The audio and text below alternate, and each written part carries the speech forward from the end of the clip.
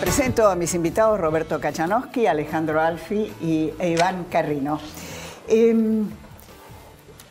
Roberto, hoy o ayer el Wall Street Journal, que es uno de los medios más influyentes del mundo, dijo: la Argentina repite, te lo estoy leyendo textualmente, siempre los mismos errores. Hace 70 años que la Argentina gasta más de lo que puede. El Wall Street Journal está en lo adecuado. ¿Te lo contesto después o ahora? No, me lo contestás ahora. ¿Estás ahora, de acuerdo con...? Totalmente de acuerdo. Sí. Totalmente de acuerdo. Vos mirás, desde 1961 para acá, son los datos que tengo, mirás el gasto público consolidado, el resultado fiscal, Argentina siempre tuvo déficit fiscal, salvo 3 o 4 años que fueron los del 2002, que eso es medio trucho también, pero no importa. Tenés más de 50 años de déficit fiscal. ¿Iván? Sí, totalmente de acuerdo. A mí me hace reflexionar sobre un poco lo que nos pasa a los argentinos. Yo creo que hay una especie de contradicción entre lo que queremos y lo que estamos dispuestos a financiar. O sea, es evidente que el argentino promedio le encanta el Estado, pero después no lo paga. Entonces, a vos te encanta el Estado se pone a hacer cosas que después no tiene plata para financiar. ¿Cómo termina eso? Con déficit fiscal. Y la consecuencia de eso en Argentina ha sido crisis de deuda y crisis de inflación. O sea, cambiamos 1000 veces la moneda y defaulteamos otras tantas, ¿no? Alejandro, como analista político, ¿no? El director del fondo dijo que la situación económica de la Argentina es extremadamente difícil.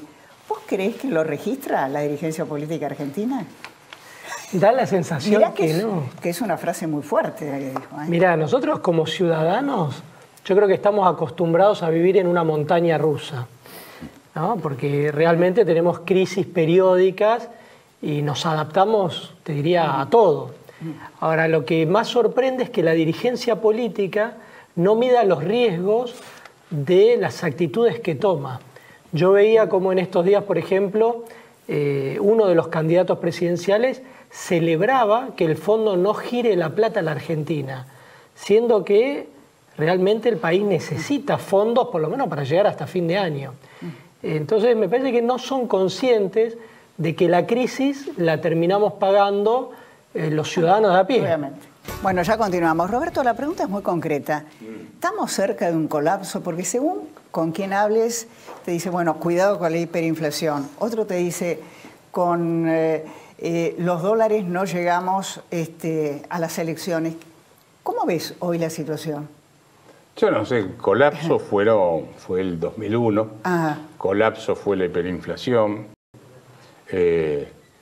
Yo no sé si estamos en un colapso, estamos en una de las tantas crisis repetidas de la Argentina. 1975 el Rodigazo, 1982 el fin de la tableta cambiada de Martínez Dios, 1985 hicieron el plan Austral, fracasó, 89 hiperinflación, plan Bonex, me estoy comiendo seguramente alguna, viste, así rápido, 2001 Corralito, 2002 Corralón, estamos llenos de crisis. Bueno, cepo cambiario.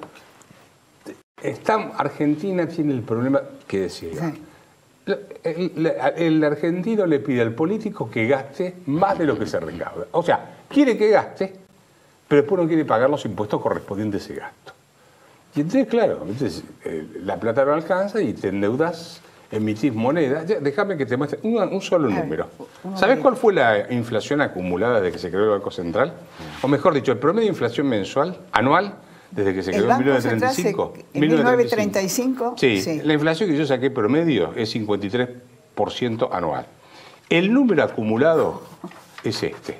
Mira, te lo muestro en cámara. Sí, porque yo no sabría leerlo. ¿Sabes leer este número? A ver, léanlo, véanlo. Es 257.710 billones por ciento. Impresionante. A ver, el número en sí, yo te digo, no sé ni lo que significa, francamente. Vos que sos economista tampoco sabés lo que es. Pero lo que sí sabés es que destruimos la moneda sistemáticamente. No tenemos crédito interno, el ahorro interno es mínimo, no tenemos acceso al ahorro externo y tenemos el tope de presión impositiva. Ahora, Iván, ¿cuál es el problema de esto que está marcando con ese número impresionante que nos muestra Roberto? ¿Es un problema político? ¿Es un problema ideológico? Porque antes nos comparábamos, decíamos España, Francia, Pero vemos que los vecinos han resuelto más o menos racionalmente estos problemas. Yo creo que hay dos cuestiones. La primera serían las consecuencias de esto, ¿no? que describía muy bien Roberto. Las consecuencias son que Argentina se ha transformado en un país decadente. O sea, como vos decías, en su momento nos comparábamos y había datos empíricos que avalaban esa comparación entre la Argentina y Suecia, Estados Unidos, Australia, digamos. Un ciudadano promedio argentino llegó a vivir igual que un ciudadano promedio norteamericano. Fuimos el PIB per cápita más alto del mundo. Hoy estamos en el puesto 75. O sea, hoy Argentina tiene el mismo PIB per cápita que Chile. En los últimos 20 años, Perú duplicó su PBI per cápita, Argentina lo aumentó 16. Y tenemos una pobreza que no baja del 30%, ¿no? Digamos, hay rebotes cíclicos. Arriba, Sí, hoy estará en el 35%, llegando o incluso más. Esas son las consecuencias. Después las causas, y ahí, bueno, hay tantos libros para leer sobre el porqué del fracaso argentino. A las elecciones, porque los dólares se van, la gente va comprando, 80 millones, 120 millones. ¿Llegamos con las reservas? Ahí están los riesgos del más corto plazo, ¿no? O sea, en términos de vencimientos de deuda, hay alrededor de 6.000 millones de dólares que hay que afrontar de acá a fin de año.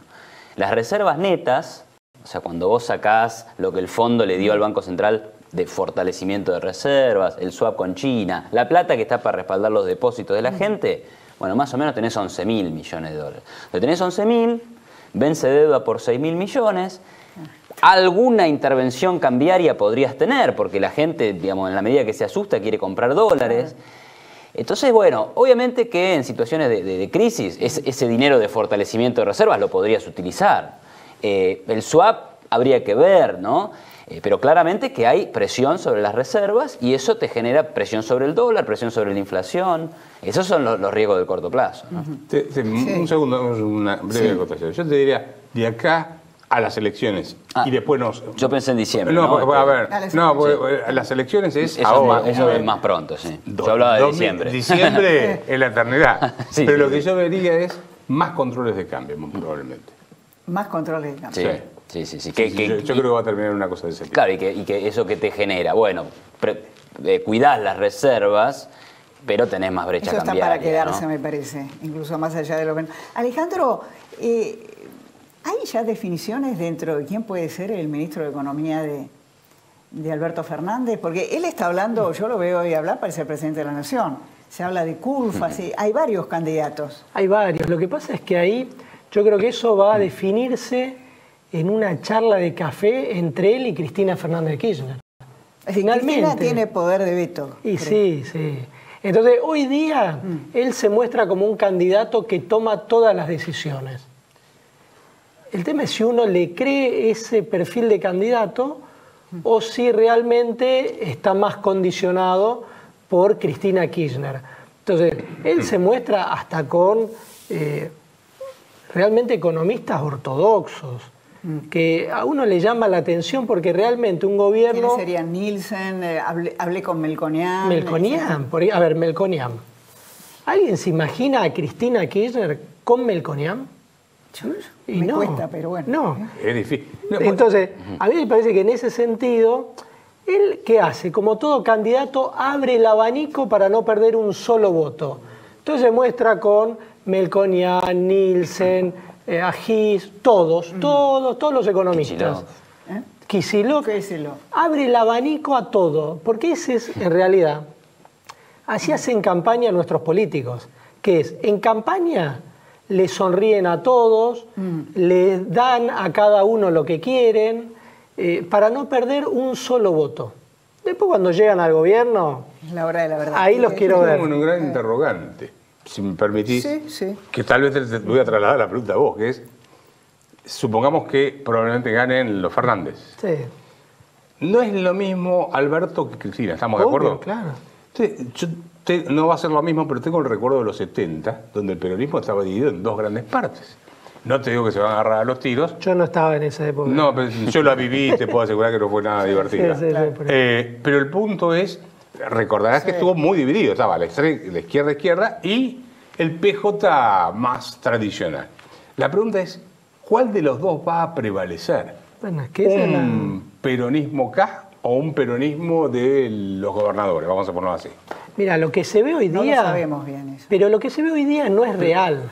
Porque hoy día uno la ve a Cristina retirada prácticamente, haciendo presentaciones de un libro de memorias, y Alberto Fernández como si fuera un virtual presidente y él pudiera tomar cualquier tipo de decisiones.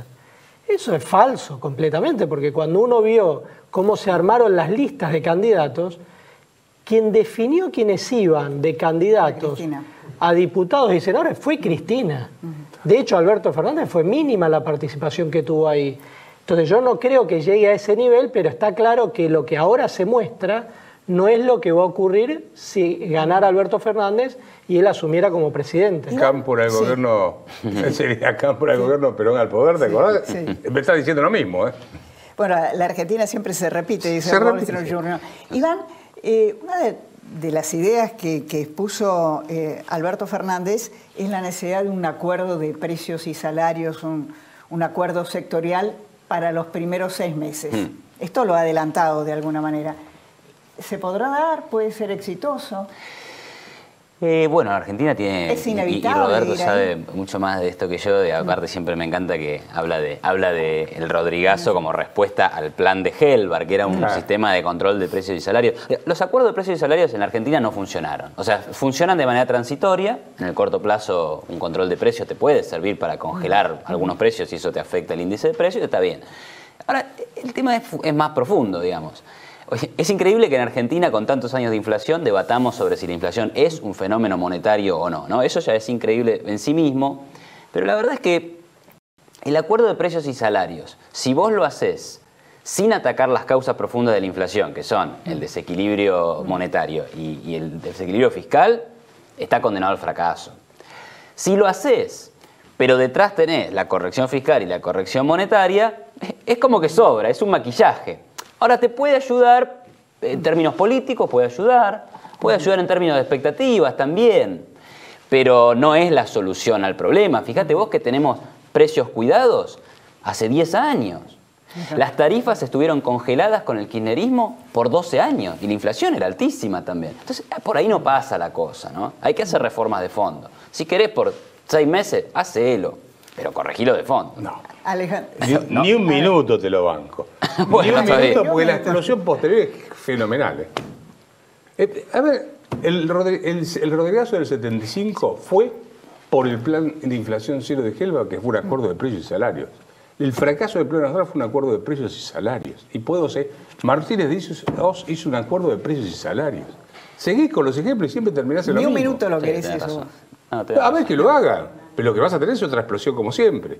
Lo que tienen que hacer es los Pero si políticos de ser fondo- estadistas, que eso es otra historia. Pero si de fondo cambiás, o sea, de fondo estás haciendo lo que tenés que hacer. Y si mientras tanto cambiás... Sí, a ver, Igual hay si que vas ver a si lo hacerlo de hacen, fondo, pero- ¿para qué lo haces? Estoy de acuerdo. Bueno, lo que dije, no, sí, es verdad. ¿Qué podemos esperar en las próximas semanas? ¿Más montaña rusa, como dijo él? A ver, es muy difícil, la verdad que Sí. ya en este momento hacer el pronóstico de mañana Sí, es difícil. imposible casi. Yo te diría que probablemente con los controles de cambio vas a ir llegando al 27. Me parece que el mercado ya está descontando el resultado de las elecciones, Sí. pero seguís con una situación muy débil. La pregunta es, ¿tenés el resultado del domingo a la noche del 27? ¿Es? Sí. 27 de octubre. ¿Cómo transitas hasta el 10 de diciembre? Dependiendo de quién gane, obviamente, ¿no? Es la gran pregunta. Bueno, a los tres muchísimas gracias.